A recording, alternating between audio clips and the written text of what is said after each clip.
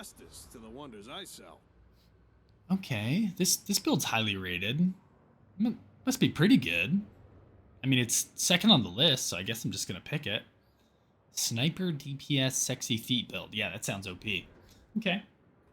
Such And I guess I delights I just can follow sell. the build exactly. I guess I just It's cool buy out there, huh? everything it tells me as I go through the laning phase without any consideration for who I'm laning against or what's going on. I'm just gonna follow the build. Does what I just described sound familiar? Just kind of following a build and not really taking into consideration, who you're laning against and, what's currently happening in the game and just kind of buying items as you go. Well, if that sounds like you, or if that sounds like something you do, not to fear. This video is going to help. Well, let me be clear. There are a lot of great builds out there, and a lot of these builds are made by people who have put a lot of hours into the game, and they've done the math and they've made the best build that they can. This, essentially describes myself. I've made a lot of builds for every character that I play, and there's kind of a secret that I don't think is really talked about. There is no one perfect build for every single game that you're going to play. Many builds, including some that I've made, should change from game to game, depending on what's happening. Now, why is this important? Depending on what's happening in your game and who you're laning against is going to change what items you buy to be optimal in that scenario. It's good to ask questions to yourself during the game. Think about what is killing you, what is doing damage to you. To do this, you can look at the damage dealt to you at the top right of the screen. When you look at these statistics, make sure that you're keeping in account some abilities can, heavily skew the damage percentages. For example, Lady Geist's health swap. Take a look at the scoreboard. See who's ahead. When you see someone has 15,000 souls, think about the primary damage type that they're going to be dealing and what pain points their hero can bring up. Take a look at the enemy hero roster. What items could make the game more difficult for them? Think about what your goal is. Think about the current state of the game. Are you ahead? Are you behind? Are you dying a lot? Are you trying to finish off kills and pushing for the enemy guardians and structures? The answers to these questions is going to directly influence what items you buy next. Your goal during a game is going to rapidly change depending on the scenario. If you're getting pushed in and you're losing lane, might be better to invest in some early defensive items so you don't get slammed. If you're massively ahead and you've collected a lot of souls, sometimes it's better to buy that big item if you have those souls in your bank and this is going to be a scaling item like Glass Cannon. Now I want to go into how you're going to buy items as the game goes on and bring up some specific kind of scenarios to help guide us. So in this scenario, we're facing against an Infernus who is kind of rolling us in lane. Let's say we've already died twice. I've bought, a few of my starter items here.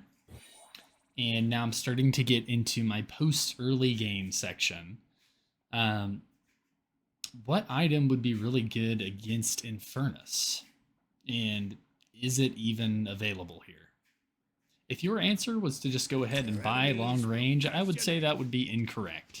Infernus has a really strong dot damage from his 3 ability, or his passive. And an item that is not in this build, and is not going to be a core item in a lot of builds, is going to be your debuff reducer. This item is going to reduce the duration of all negative effects applied to you for 30%, or by 30%.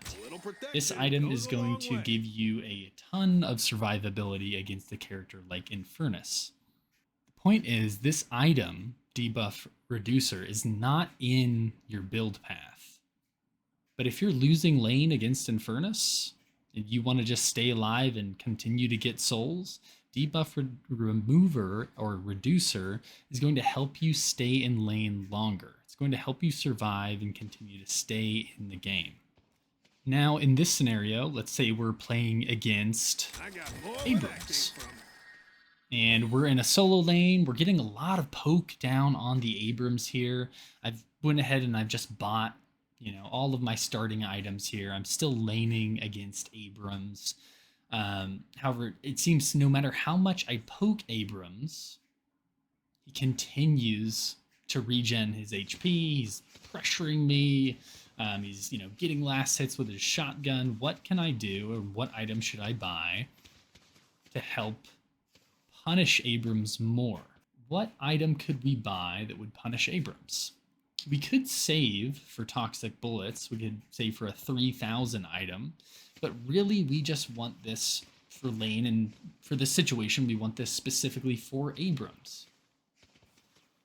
A great item that we could buy would be Decay.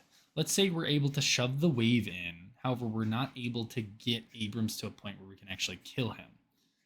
Continues to just regen, hide around corners. Something that we could buy would be Decay.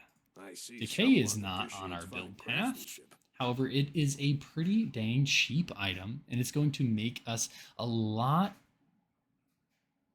more lethal against Abrams. It's going to make the laning phase a lot harder for him specifically. Now let's say we're getting rolled by an Abrams. We are getting rolled by Abrams this time. It's not an even lane. We're not able to get the push off. We're getting dove. We're dying. What is an item that we could buy to stay alive? If your answer was to continue to follow build path and buy long range as the build path says, I am disappointed. There are a lot of items that could help us with our survivability. An early bullet armor could help us stay alive against his punches, reducing that damage dealt essentially by 25%.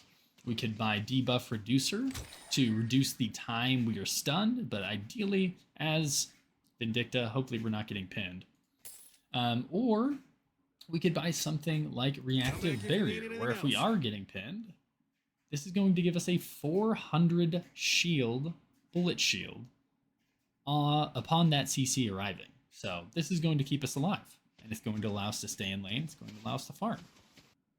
The point is, you shouldn't always just buy the items that are listed here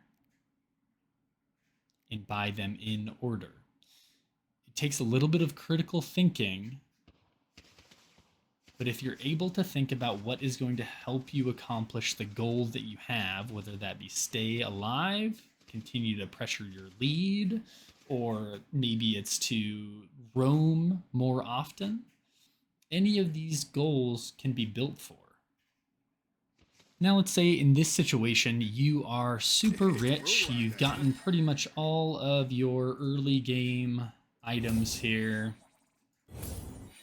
and you are well ahead of the team here. You're well ahead. You have, 7,000 souls in the bank. Now this is more debatable. You could continue to upgrade your items here, upgrading long range into sharpshooter. But if you hit that 7k or 6,200 soul spike and you have a flex slot available, I think it would be far more valuable to buy Glass Cannon at this point. Glass Cannon is going to scale as you get kills, and the earlier you can buy this, the faster you are going to scale. So this is a snowball item. The earlier you can buy it, the more effective it's going to be. If you're ahead, it's going to be even more effective. So before you buy that next item, just take an extra second to think. What item is going to be most effective in the current situation I'm in?